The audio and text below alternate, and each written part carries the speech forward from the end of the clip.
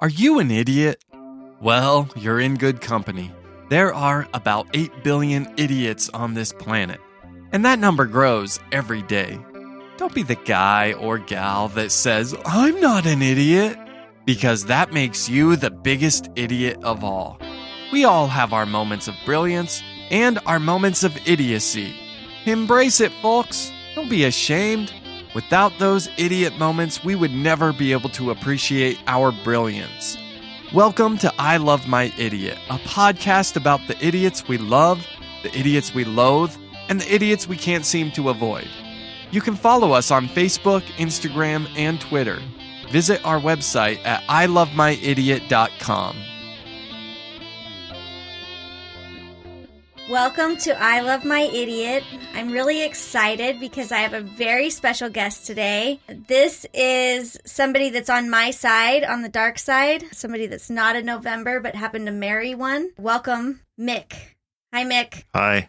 How's it going? Great. I'm very excited to be here. Excellent. So you traveled far and wide, like across the country to come do this interview, which is super exciting. I did. Yeah. I mean, we didn't have to pay you that much, but briberies did occur. I love bribery.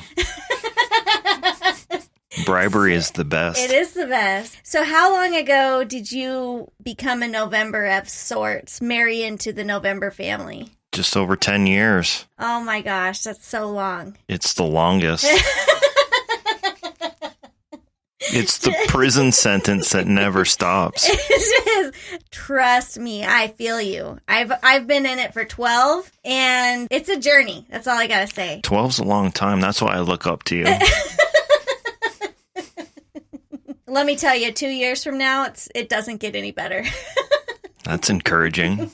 They're idiots, but they're charming idiots. So somehow they keep us loving them. Well, we're all idiots. True. We really are. So tell me about, how did you meet Chloe? So Chloe, how she fits in, I guess I should probably describe that to the audience because they've never met Chloe before. Chloe is Clyde's closest sister in age, age above him. So she was born just before him. And I'm sure around a holiday, as we mentioned in previous episodes, that seems to be when the November elders got pregnant.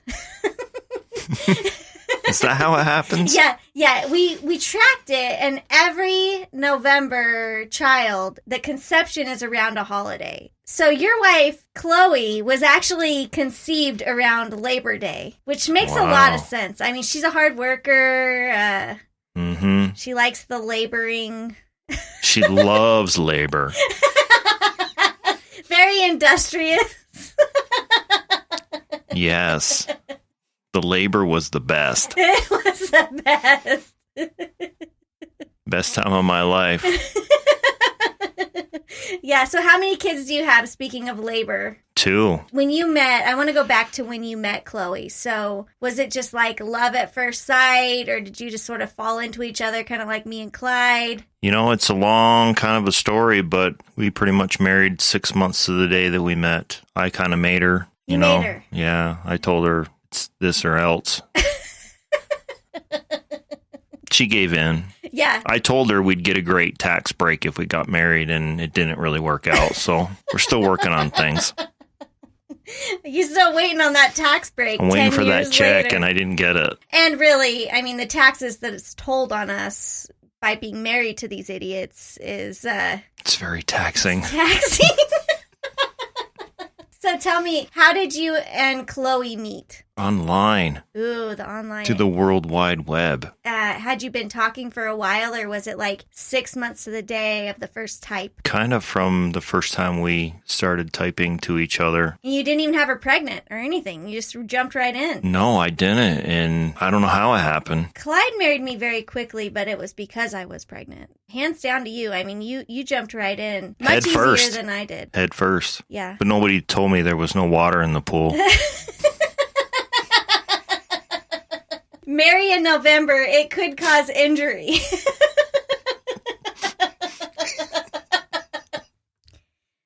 So when you saw that first picture, obviously online dating is sort of a new world-ish, I guess. I mean, now it's been around a long time. A lot of people meet that way. when you first saw Chloe, was it pretty much her picture that made you interested in continuing or starting a conversation with her? No, I wouldn't say it was her picture. It was the descriptions that she had on her profile. Her abundant hatred for cats and things like that. They really got me interested. She was very, very, very descriptive about it. Yeah, so she really just hated cats. This is interesting. I've never heard this part of the story before. Well, who wants to marry a cat lady? I mean, come on. Yeah, so you knew for sure going into it, she was definitely not going to be a cat lady. I knew. Yeah. It was right there. So tell us a little bit about what this said, because now I'm very curious.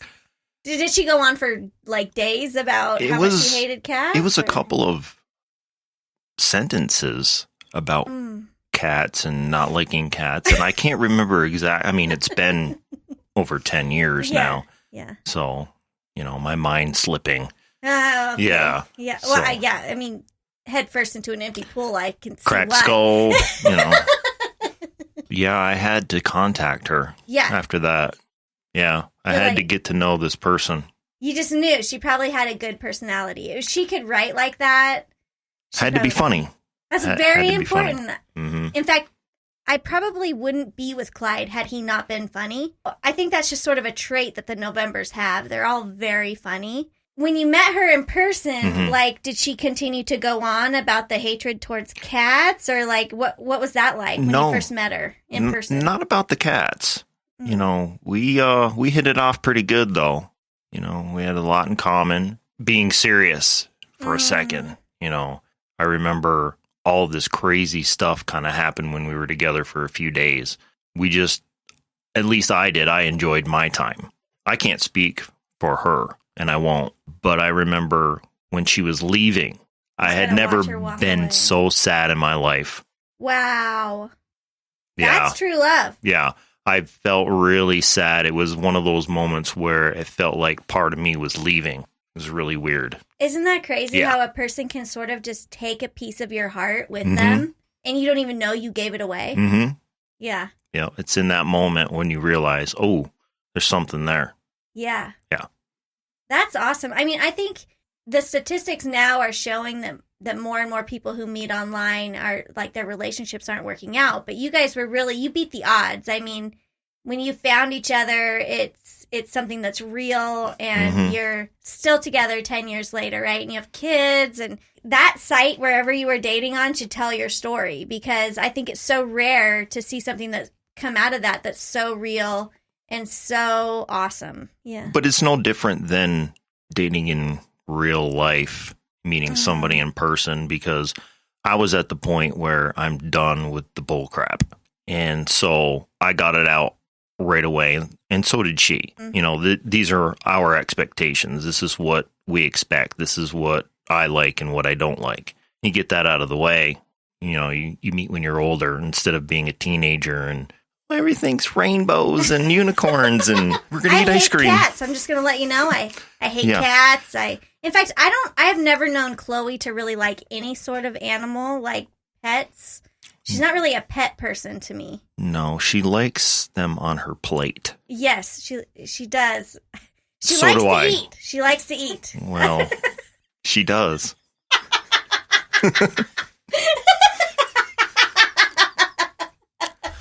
So I have a really funny story that I heard very early on. Clyde, he's a storyteller. Like, all he does is tell stories.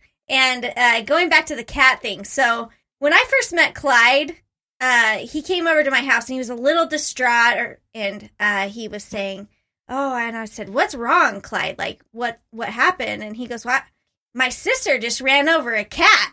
I said, "Well, that's weird. Like, why is this so impactful to you?" And he's like, "Well, it's not the first one she's run over." And then he said, "My sister never breaks for cats, and it makes me so sad." And I was just like, wow, this guy really cares about like his the cats in the neighborhood, and his sister really must hate cats. Like, she doesn't even brake for him on the... She won't. No, it's like...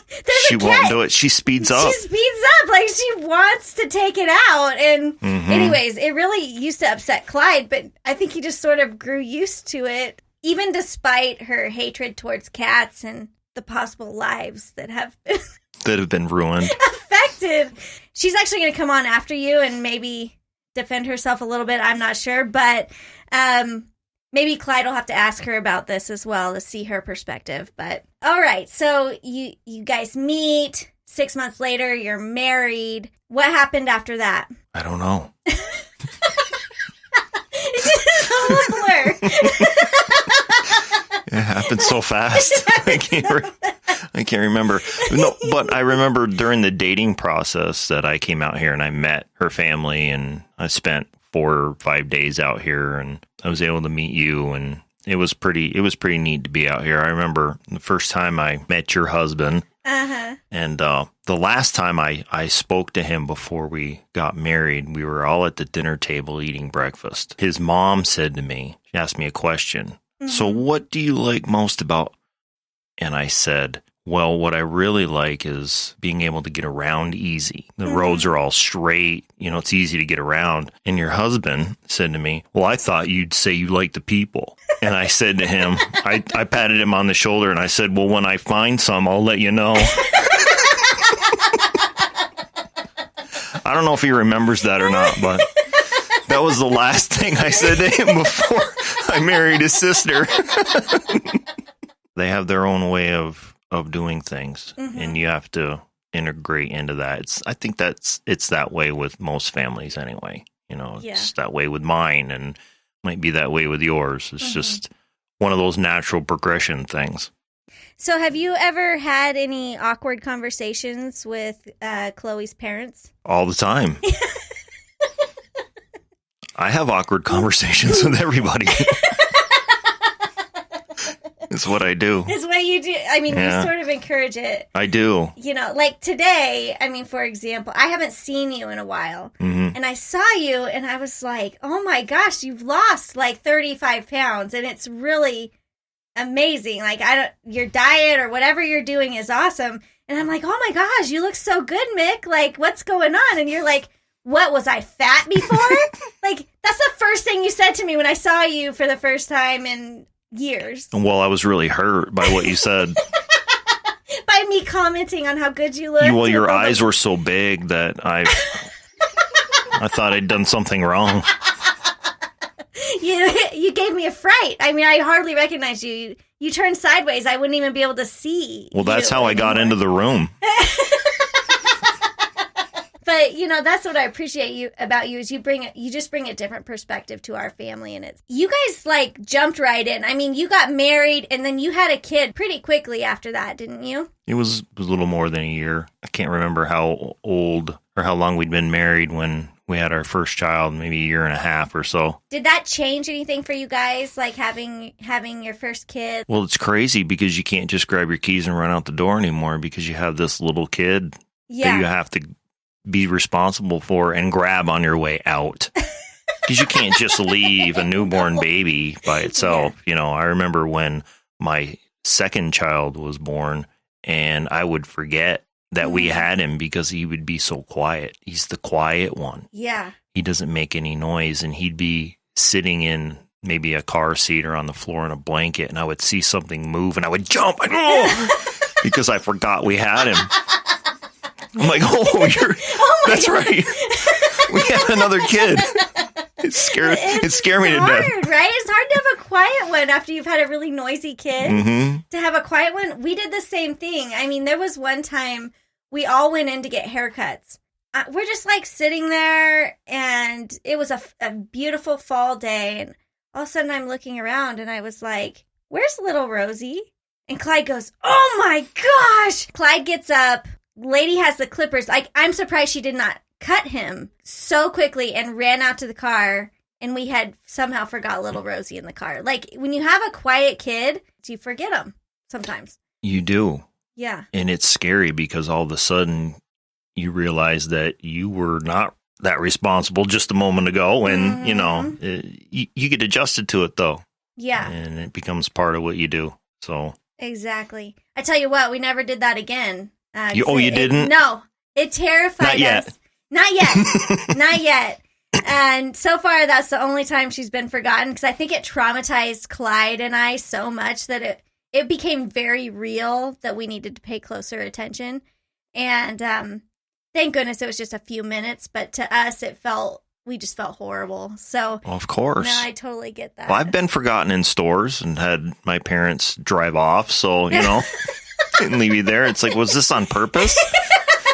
I don't know. Your parents actually drove off and left you? Yeah, they left me in a store. I grew up in this area where the closest mall was about 50 miles away. We didn't have a stoplight in town, so I remember we drove to a mall, and close by was another strip mall. We were there in this old store. They don't even exist anymore, and they forgot me in the store, and they took off and left me there. Did you have a lot of kids in your family, or? No, but I was there with 2 of my siblings and some cousins, and I got left behind. Oh my gosh! So how long did it take them to figure out that they had left you behind? I don't know.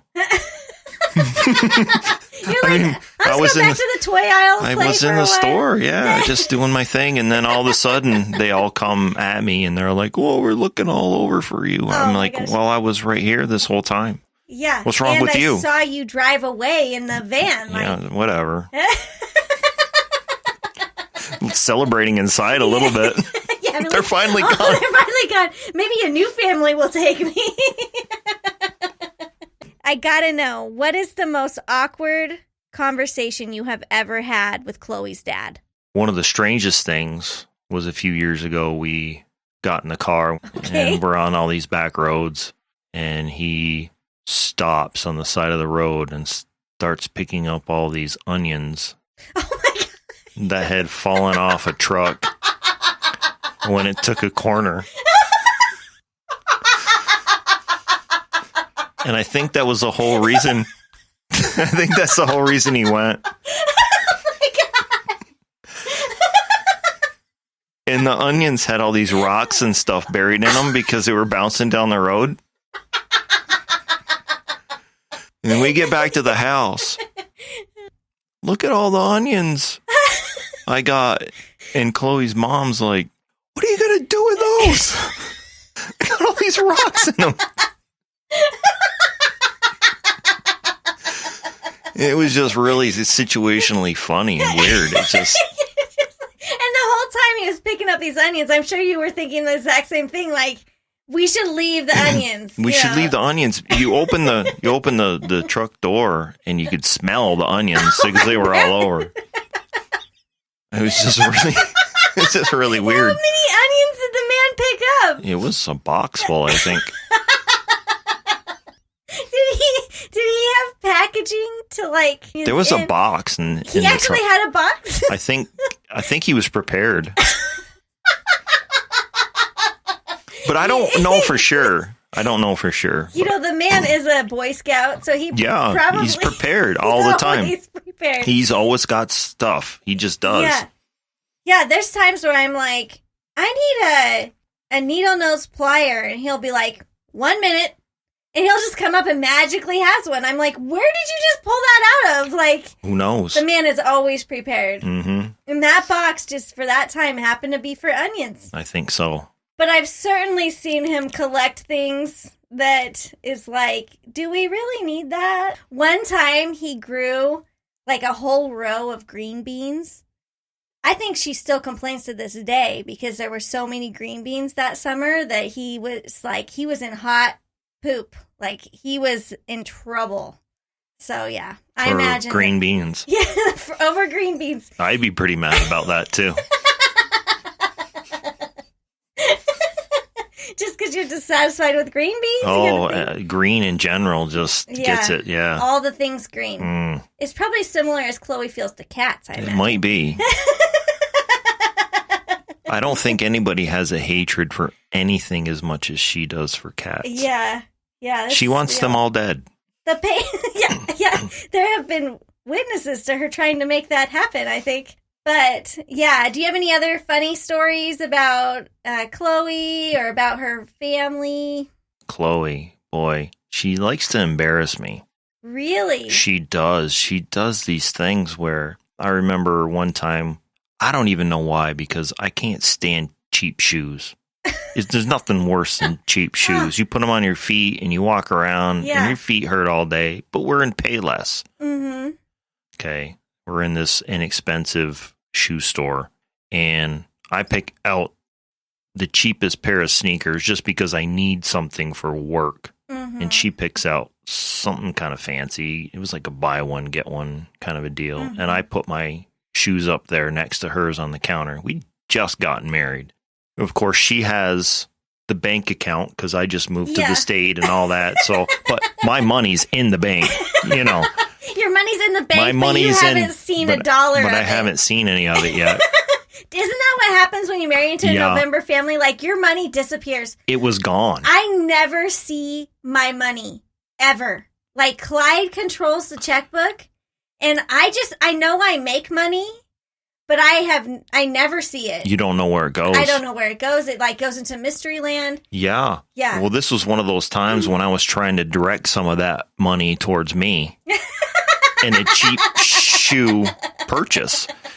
And so I put these shoes up on the counter and she pulls out the debit card and she turns around and she looks right at me right in front of the cashier and she says, "Next time, buy your own damn shoes." Oh my gosh, she did not. She did. It was so funny. And the look on the cashier's face was priceless because we're just messing around, you know. Oh my gosh. But yeah, she likes to pull those embarrassing little things sometimes. That's hilarious. It is pretty funny. One time, Clyde and I, early on, were out to dinner. At that time, I hadn't had any babies yet, and I still had my, young physique and all the things. And we were eating out, and he goes, right in front of the waitress, I'm ordering, like, steak or something. He goes, "I thought I told you only to get a salad." Like, right in front of the waitress. And you should have seen the look on her face. And then she leaned over and she said, "Baby girl, you can have anything you want in this restaurant." And she just shot daggers at him. Like, it was, you're dead to her, you know? Mm-hmm. And the rest of the night, I mean, she was bringing me, like, free cheesecake. Like, she was like... Is that how you get free cheesecake? Because I'm going to do that next time. Just have Chloe go in and just criticize your weight in some way at the restaurant, and you will have all the free treats you want. I like that. Yeah. That's a good tactic. Yeah. I think it might be just in the Novembers to be tricksters. Like, they pull pranks on us, or they, like, say stuff that's so unexpected, you know? They want to embarrass us. They totally want to embarrass us. It's their lifestyle. You know, one time I remember looking at him, and I was thinking, I'm going to see your face every day for the rest of my life. And I really had to take a minute, you know? Like, whoa. That's deep. That's deep. Everybody's got to ask themselves that question. I dated a girl, and I asked myself that question, and I was like, I can't do this. I'm for sure going to get sick of your face. I'm pretty sick of it now. We haven't even made it through the first meal. I can't deal with this. There's just something wrong. Yeah, I guess that's why you never took me out again. And I didn't go for Clyde. You weren't supposed to say that. Chloe's a better match for you anyways. Yeah, I think so, And you only have to see my face for very short periods of time. What are we up to? Every 12 years now? Is that what it is? Every 12 years. Even though it's really every couple of years. But I had to get you here. And I'm really glad you came. Well, thanks for having me. Yeah. Do you have any other quick things before we cut you off? Oh, I don't have anything quick. No. Nothing quick. All the rest of the stories would be all-nighter. We would be here until the sun came up. Uh-huh. Mm-hmm. Well, promise me that you'll come back and we'll discuss some of those stories later. Absolutely. And if there's anything that you really want to know about, just ask, because I will tell you. Trust me, I believe it. A lot's come out today here at this podcast. So, even. We haven't even begun. Yeah. I do want to end it on a little bit of a funny story that happened tonight at dinner. Sure. So, Chloe, I think she was trying to embarrass you, but she started to talk about this journey to your wedding that apparently took a long time to get wherever you were going to go to get married. And you guys got married in this beautiful place, and it was gorgeous, and it was a winter wedding, which I've always admired winter weddings. Snowing and everything. Beautiful. Yeah. And she had this beautiful dress and fur made of cats in the neighborhood. Yeah, I didn't tell her it was cats, so you might have to edit that part out. It was more of an homage. You knew how much it would mean to her. Well, that was supposed to be my own private joke, and now you've ruined it. And anyhow, beautiful, beautiful ceremony. But she was saying at dinner, right in front of her parents, who are ultra conservative, ultra religious. We've talked about this on our podcast. Mama November wears turtlenecks year round. She goes to the lake wearing turtlenecks. So she's a very modest woman. And Chloe out of nowhere says, and that's sexual tension on our drive to our wedding. And then she goes on to say that she wished you guys had pulled over and took care of that on your way to your wedding. Yeah, that's pretty much how it went down.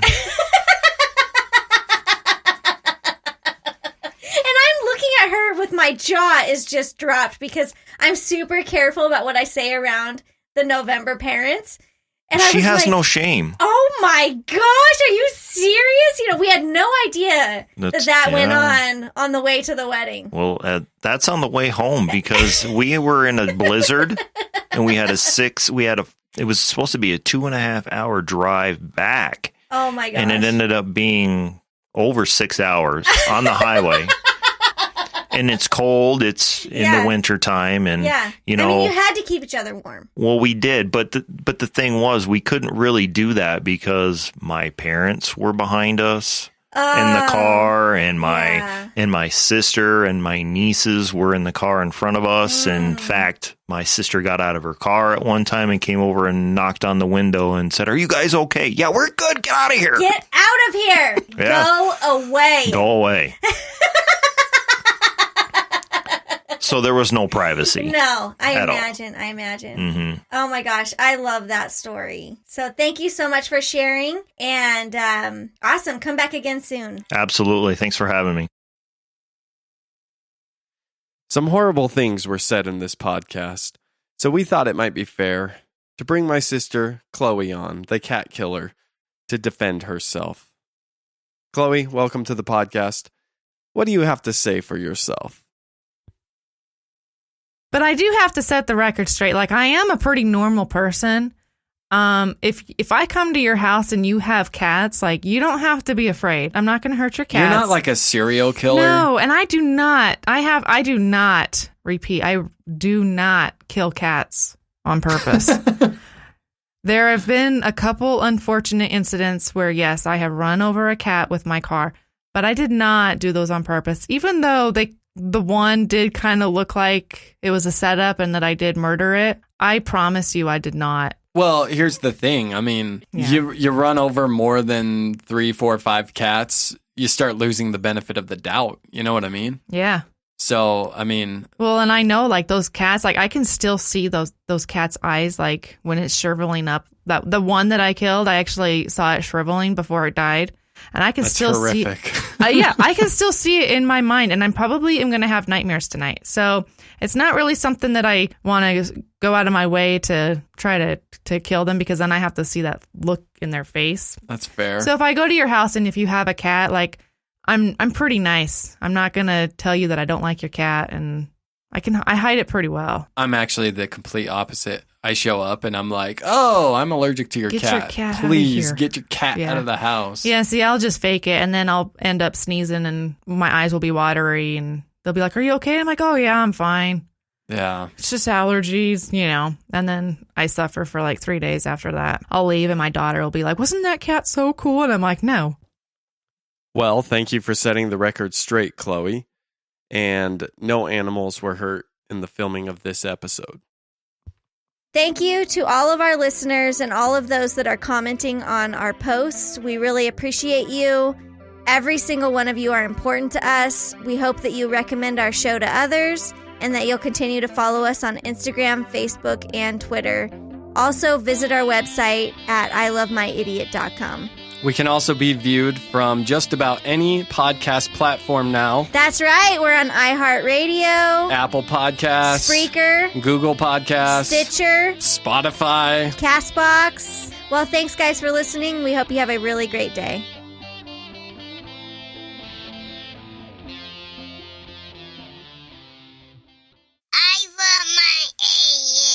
Everything's rainbows and unicorns.